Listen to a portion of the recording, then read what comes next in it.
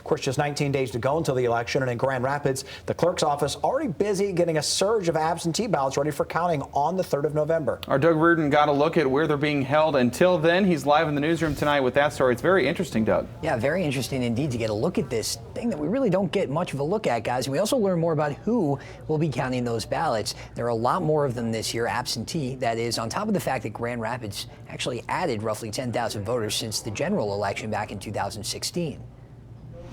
Behind a nondescript door in a building downtown, some 23,000 absentee ballots sit ready and waiting to be counted in just 19 days. So these are absentee ballots that have been returned. So this whole rack here. 77 boxes for the city's 77 precincts. With more absentee votes than ever expected this year, City Clerk Joel Hondorp says those boxes are starting to fill up. This is a whole new process no one's ever done before. After absentee votes are cast and returned in person or at a local drop box, the ballots are sent here and bundled in the right place. Once they're checked into the system, then they get delivered here to 201 Market, where we'll sort them into precinct piles and make sure that we have all the ballots. We know there's 3 ballots that were from this precinct on that day.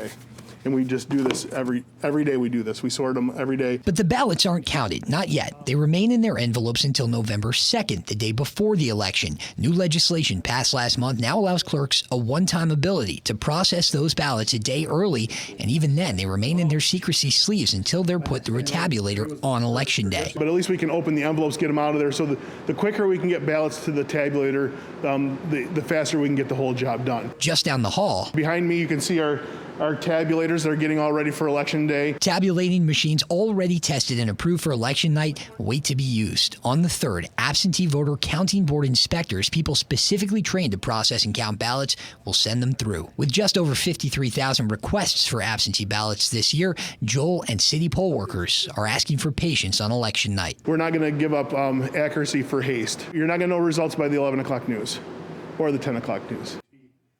Yeah, in our case, 10 o'clock. With just about 40%, guys, of the absentee ballots that were requested have been returned and sent back. Joel said if you don't hear from your city clerk, it means that your ballot has been received and you are good to go. Derek, Ryan.